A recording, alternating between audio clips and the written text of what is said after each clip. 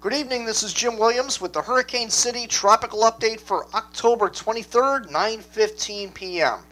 Well, we have some significant activity going on in the tropics this evening. We have two systems out in the Atlantic. Here's the graphical tropical weather outlook from the National Hurricane Center. We have TD number 19 out in the far North Atlantic, and this system may become Tropical Storm Tony.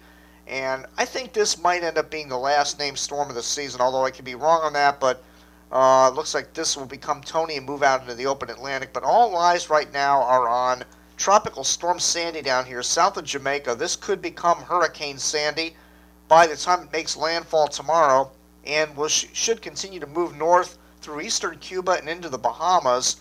I'll get to all the scenarios with the models and everything else in just a minute, but it is not unusual to have a hurricane in late October or early November. It happens every now and then, and here we go again with another season with a late season threat.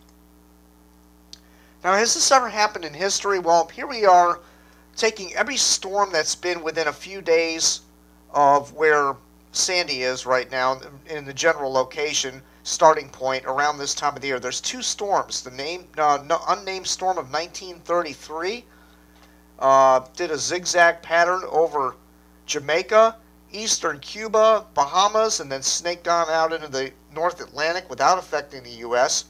And then, of course, there was Hurricane Mitch down here. Category 5 hurricane, killed over 10,000 people in Honduras, and then circled back around over the Central America region, and then ended up hitting South Florida as a tropical storm and heading out to sea. So those are the only two examples right around this time of the year of systems that were in this general vicinity of where Sandy is right now that ended up hitting land. So we have two systems. Not a whole lot of history to go by, but it looks like, if anything, it might more or less follow the 1933 path more than anything. All right, here are all the models combined running the HurTrack program this evening, and you can see a tight clustering of the models. The only outlier here is the BAM-D off to the left here, going near Andros Island, over Andros Island, and then hooking a right-hand turn as the trough dips down and should begin to turn this thing out into the Atlantic. The BAM-D and the Clipper model and the North American Mesoscale model are all kind of indicating maybe this would lean over towards Andros Island over here, but I think the reason for that is that there's an upper level low swirling over here, and it might drag it off to the northwest, and that's what those models are indicating. I'll get to that scenario in the water vapor loop in just a minute. But indications are this is probably going to generally move north, if anything, and then when it gets in the Bahamas, it might, shift around a little bit, maybe do a loop out in there before heading out into the North Atlantic. Here is the 48-hour GFS. Showing what and this is the 300 to 850 millibar level shear maps, and what's we can see on this map, I know there's a lot of colors to follow here, so you have to follow it closely, but we see that there's going to be some energy coming through the Gulf of Mexico that's going to wrap into the system, and the indications are in about 48 hours that this could become some sort of a hybrid system of expanding wind field. And that is why South Florida may experience tropical storm force winds late in the week, Thursday, Friday, and possibly Saturday as this meanders around over here off the coast of Florida and the Bahamas. It'll have a much larger wind field than it does right now. And then, of course, here's more energy coming across the U.S., and that should eventually kick the system out. And I know the European model is indicating this could be a threat to the northeast. I'll get to that scenario in just a minute. But I just don't buy the fact that we're going to see a hurricane going up the east coast in November. It's just very difficult for systems to travel this far north all the way up the east coast and not get kicked out to sea with all these cold fronts whipping across. So I'm just not really buying that scenario. In fact, most of the models are indicating that this will eventually just work on out in the Atlantic, and it may swirl around out in here as a big extratropical type storm and may work its way back toward the coast a little bit, but it's going to be a shade of its former self when it was down here in the Bahamas. But it will be something to watch nevertheless. Let's take a look at the HurTrack animation of our system, and you can see that the system begins to move forward, and then actually I went too fast there. Well, you can see that tomorrow, around 11 a.m. tomorrow morning, the sustained tropical storm force winds will be approaching Kingston, which is the current feature at Hurricane City. And then as the day wears on, the hurricane force wind field will be moving in near Kingston, Jamaica, maybe just to the west of there, which means they'd be on the east side of the center, which is where the highest winds are. So southeastern Jamaica is going to get the worst effects from the system as it moves almost due north through the country. And Kingston should have winds gusting around probably 80, 85 miles an hour as this moves generally north. And of course, in the higher elevations, you're going to have much higher winds, maybe a category higher up there. And then the system continues to move north and heads right into what probably will be the next feature at Hurricane City, which will be Manzanillo, Cuba, which is right in this area right here. And they should get the eye passing right over that area. And then the system is forecast to move north through Cuba and into the Bahamas.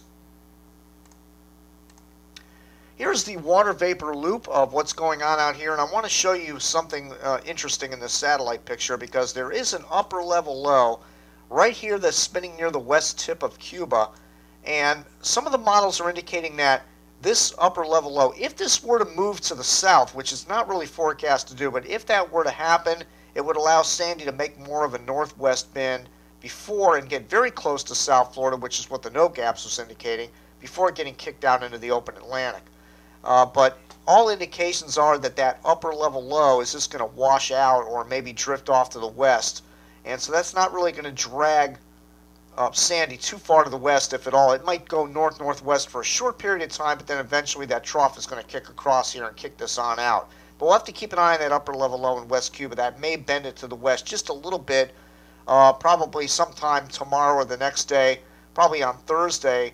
We may see a little bit of a bump off to the northwest, but then eventually this is going to get kicked out. This is not going to come plowing through South Florida, I do not believe.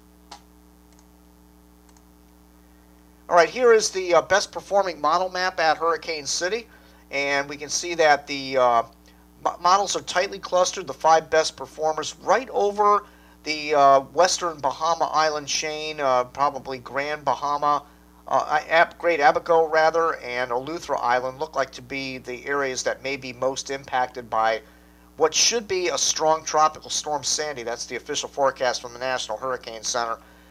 There's an outlier over here, which is the NAM model. As I mentioned earlier, the North American Mesoscale model has it bending in response to that upper level low over West Cuba, but again, that's not a very good model. The NAM doesn't have a very good track record.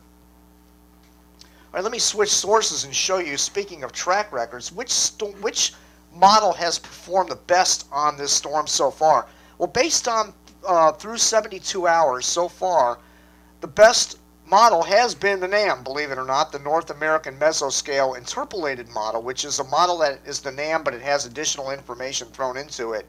And this has it going generally northwest for a little while here, starting on Thursday. And then by Friday, it has it beginning to move back to the north-northeast, but has it going right near or over Andros Island. Now, if this track does pan out, South Florida could get sustained tropical storm force winds, because remember, we're going to have an expanded wind field. In fact, let me show you what I'm talking about here. Here is the cone of tropical storm force winds that are expected going out into the future. By 7 a.m. Friday, we're looking at an expanded wind field here that could bring tropical storm force gusts over southeastern Florida along the coastal areas. And of course, the orange areas are sustained tropical storm force winds. Notice it's going to weaken as it gets in the Bahamas, so there will not be any hurricane force winds, but it looks like it'll be confined mainly to the central and western Bahamas, but not South Florida. Now, notice on this map also, on this image that I have up, you can click on Kingston, Jamaica over here next to the hurricane tracking map, and that brings you to the Kingston weather page. It gives you all the current information from Kingston and surrounding areas, but what's really neat are all the webcams that are available from there. We have some really good streaming webcams from all over Jamaica that you can choose from to watch tomorrow as this thing moves through in the afternoon. You can watch the winds and the waves kick up. Now, when you have power outages, the cams go out. Sometimes they turn these cameras off on purpose because they don't like people seeing bad weather. And then, of course, there's a power outage button down here where you can click and see the latest information on power outages, emergency management, news, and local information. All the information you need from Jamaica is right here on the left-hand side at Hurricane City. Anyway, that's about it for now.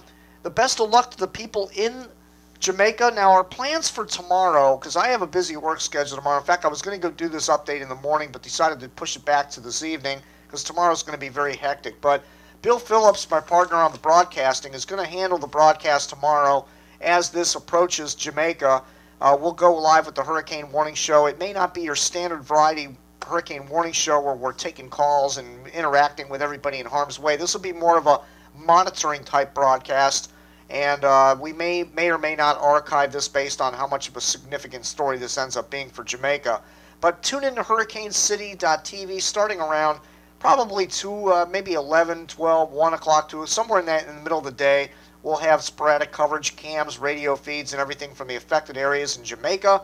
And we wish the people the best of luck in Jamaica. Just take in your loose objects from outside because the winds are going to be pretty strong out there, and you may have garbage cans flying through the air, loose objects. Bring them inside. Don't leave anything loose laying outside, and you should be okay in Jamaica. Just stay away from the coastal areas, from storm surge flooding and high waves, and you should be okay if you hunker down in your house. That's it for now.